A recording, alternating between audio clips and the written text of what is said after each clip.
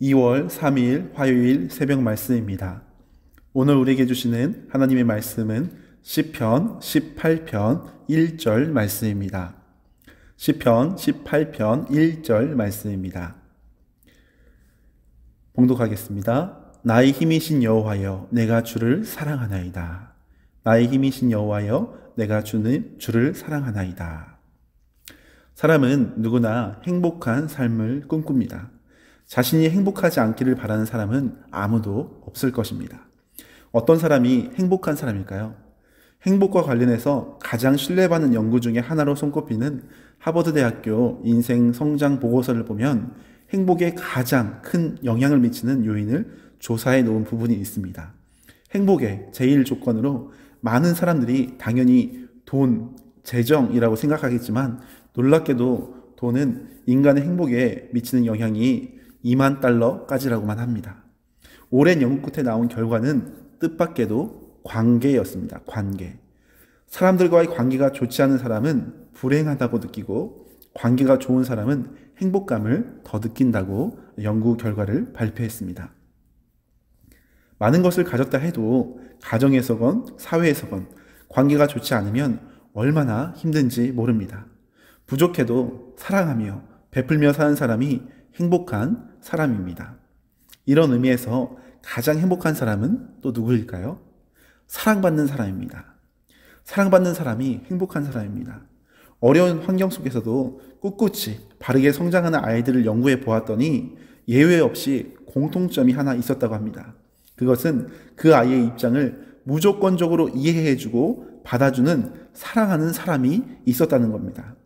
그것이 엄마든 아빠든 누가 되었든 자신을 받아주고 이해해주며 사랑해주는 어른이 한 명이라도 있으면 그 아이는 어려운 상황 속에서도 제대로 자랄 수 있었다고 합니다. 한 사람만이라도 전폭적인 사랑을 부어주면 다른 생명을 살리는 것이 사랑의 힘입니다. 하물며 전능하신 하나님께서 우리를 사랑해 주신다는 것을 깨닫는다면 우리는 어떤 환경 속에서도 담대하게 힘있게 살아갈 수 있을 것입니다. 마태복음 3장 17절에 이렇게 말씀합니다. 하늘로부터 소리가 있어 말씀하시되 이는 내 사랑하는 아들이요 내 기뻐하는 자라 하시니라. 하나님의 사랑의 음성을 들으며 사랑하는 사람은 위기 속에서도 행복한 마음으로 하늘의 평안을 누리며 살아갈 수 있습니다. 오늘 시편 18편 이 다윗의 고백을 우리가 살펴보면서 이런 사랑의 마음으로 함께 묵상하면 좋겠습니다. 표제어에 보면 여호와의 종 다윗의 시라고 기록되어져 있습니다. 인도자를 따라 부르는 노래, 여호와께서 다윗을 그 모든 원수들의 손에서와 사울의 손에서 건져주신 날에 다윗이 이 노래의 말로 여호와께 아뢰어 이르되 이렇게 표제어가 되어 있습니다. 오랜 광야 생활, 고난의 길고 깊은 수렁을 통과하며 어느 정도 안정이 된 이후에 자신을 인도해 주신 주님을 기억하며 찬양하는 시입니다. 그는 1절에 이렇게 먼저 고백합니다. 나의 힘이신 여호와여, 내가 주를 사랑하나이다. 나의 힘이신 여호와여, 내가 주를 사랑하나이다. 히브리어 원문을 보면 한글 성경과는 달리 내가 주를 사랑하나이다가 먼저 기록되어졌고 그리고 후에 나의 힘이신 여호와여가 기록되어져 있습니다. 물론 순서가 중요하지 않을 수도 있겠지만 주님을 사랑한다고 고백하면서 그에 대한 이유를 자세히 말하는 방식으로 시편 18편을 기록하고 있습니다. 여기서 주를 사랑하나이다에 해당하는 동사 라함은 대체적으로 인간에 대한 하나님의 사랑을 나타낼 때 사용되는 단어입니다. 아주 깊이 사랑하다라는 의미를 담고 있습니다. 다윗이 이 라함이라는 사랑의 단어를 사용한 것은 그가 하나님을 얼마나 진실하게 얼마나 뜨겁게 사랑하는지를 보여주는 대목입니다. 더욱이 미완료형으로 사용되어서 주님을 향한 이 사랑이 단순히 한 번의 고백으로 끝나는 것이 아니라 계속 지속되고 있음을 표현해 줍니다. 최대한 의미를 살려 제가 표현해 보자면 내가 주님을 항상 앞으로도 계속해서 뜨겁게 사랑하나이다 라는 간절한 고백입니다. 다윗이 이렇게 주님을 향해 한결같은 사랑을 지속적으로 고백할 수 있었던 것은 그 이유는 무엇일까요? 그것은 먼저 하나님의 크신 사랑을 깊이 체험하고 깨달았기 때문입니다. 오랜 고생과 고난 속에 다윗은 그를 살려주시는 하나님의 놀라운 사랑을 직접 경험하고 이것을 기억했습니다. 다윗처럼 십수년 동안 죽음의 위협을 피해 도망치다 보면 아마 심한 좌절감과 우울증에 사로잡히기 쉬웠을 겁니다. 살아남기 위해서 어떻게 했습니까? 적국의 땅인 블레셋까지 들어가서 침을 흘리며 미친 척하며 지냈을 정도니 그의 마음은 병들 수밖에 없었습니다. 사울과 군사들이 언제 찾아와 죽일지 모르는 상황 속에서 깜깜한 동굴 속에 숨어 하룻밤을 보내면서도 마음 편히 잠을 청하기 어려웠을 겁니다. 그러니 몸과 영혼이 쇠약해지고 죽음의 공포 속에 아무런 소망도 갖지 못할 만큼 괴로운 심정 가운데 하루하루를 보냈습니다. 그런데 어떻게 그가 이런 주옥 같은 시편의 고백들, 사랑의 고백을 담아낼 수 있었겠습니까? 극심한 고난과 비교할 수 없는 하나님의 크신 사랑이 있었기 때문에 넉넉히 이 모든 어려움들을 이겨낼 수 있었습니다. 광야에서의 시간이 하나님이 함께 계시지 않았다면 그는 고통의 시간으로 끝났을 겁니다. 그러나 하나님의 강권적인 사랑이 그와 함께 하시니까 그 광야가 주님과의 은밀한 교제의 공간이 되었습니다. 누구에게도 방해받지 않는 주님과 친밀한 사귐의 시간이 될 수 있었습니다. 진정 사랑하는 사람과 함께하면 모든 것이 행복하고 즐겁습니다. 그 사람을 생각하면 절로 노래가 나오고 소망이 생깁니다. 지금 다윗의 마음이 그런 것 같습니다. 자신에게 끝없는 사랑을 부어주신 주님을 생각할 때 찬양이 흘러넘치고 주님을 향해 감사의 고백이 끊임없이 흘러나오고 있습니다. 사랑하는 사람과 지내다 보면 둘만의 애칭이 생깁니다.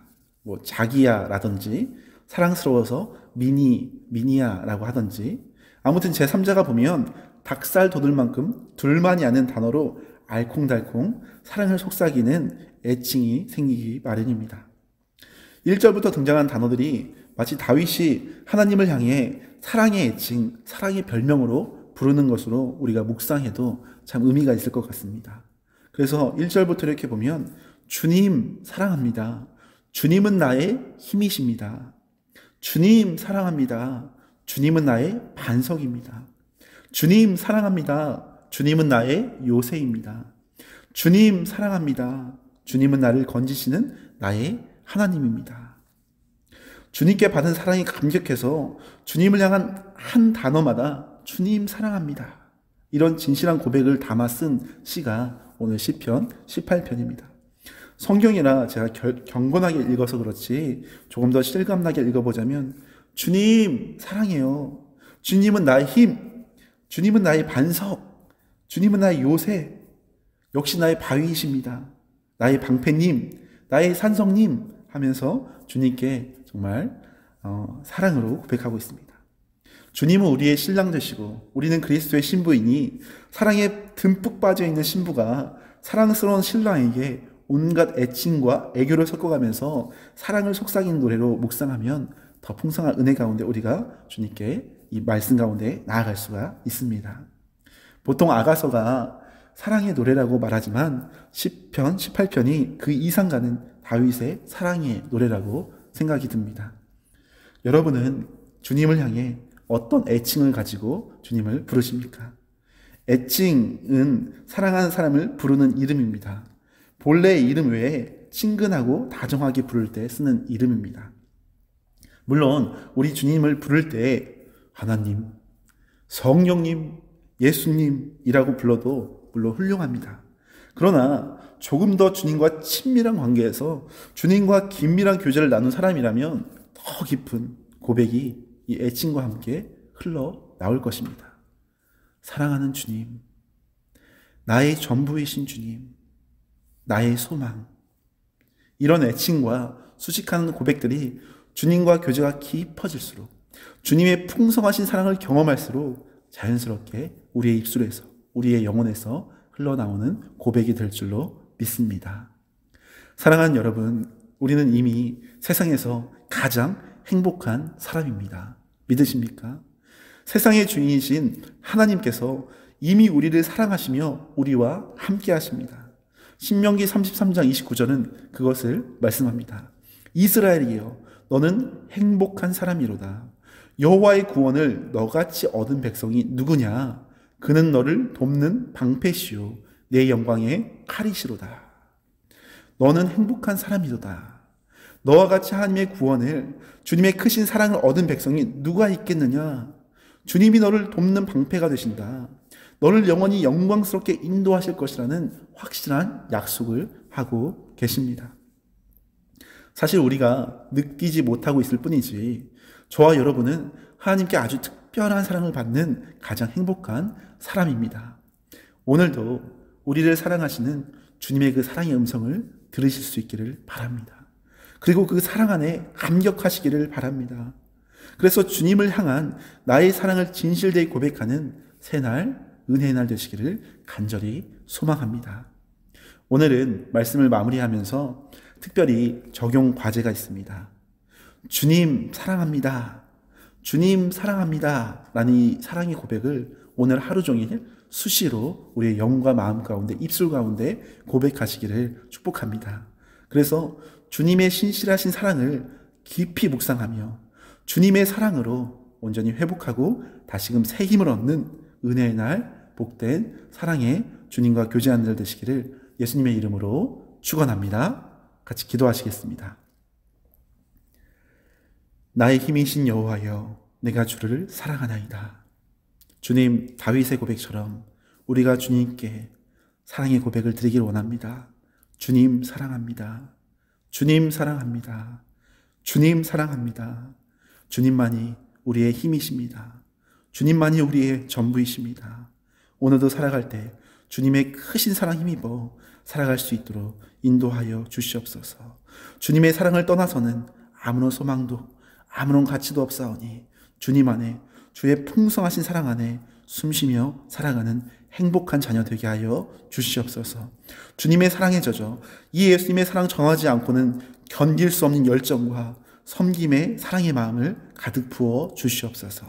그래서 주님을 더 뜨겁게 사랑하고 주변의 영혼들을 불쌍히 여기는 사랑의 마음으로 정말 품고 섬기고 증거하는 주님의 귀한 자녀들로 한 명 한 명 세워 주시옵소서. 주님 사랑합니다. 예수님의 이름으로 기도드립니다. 아멘.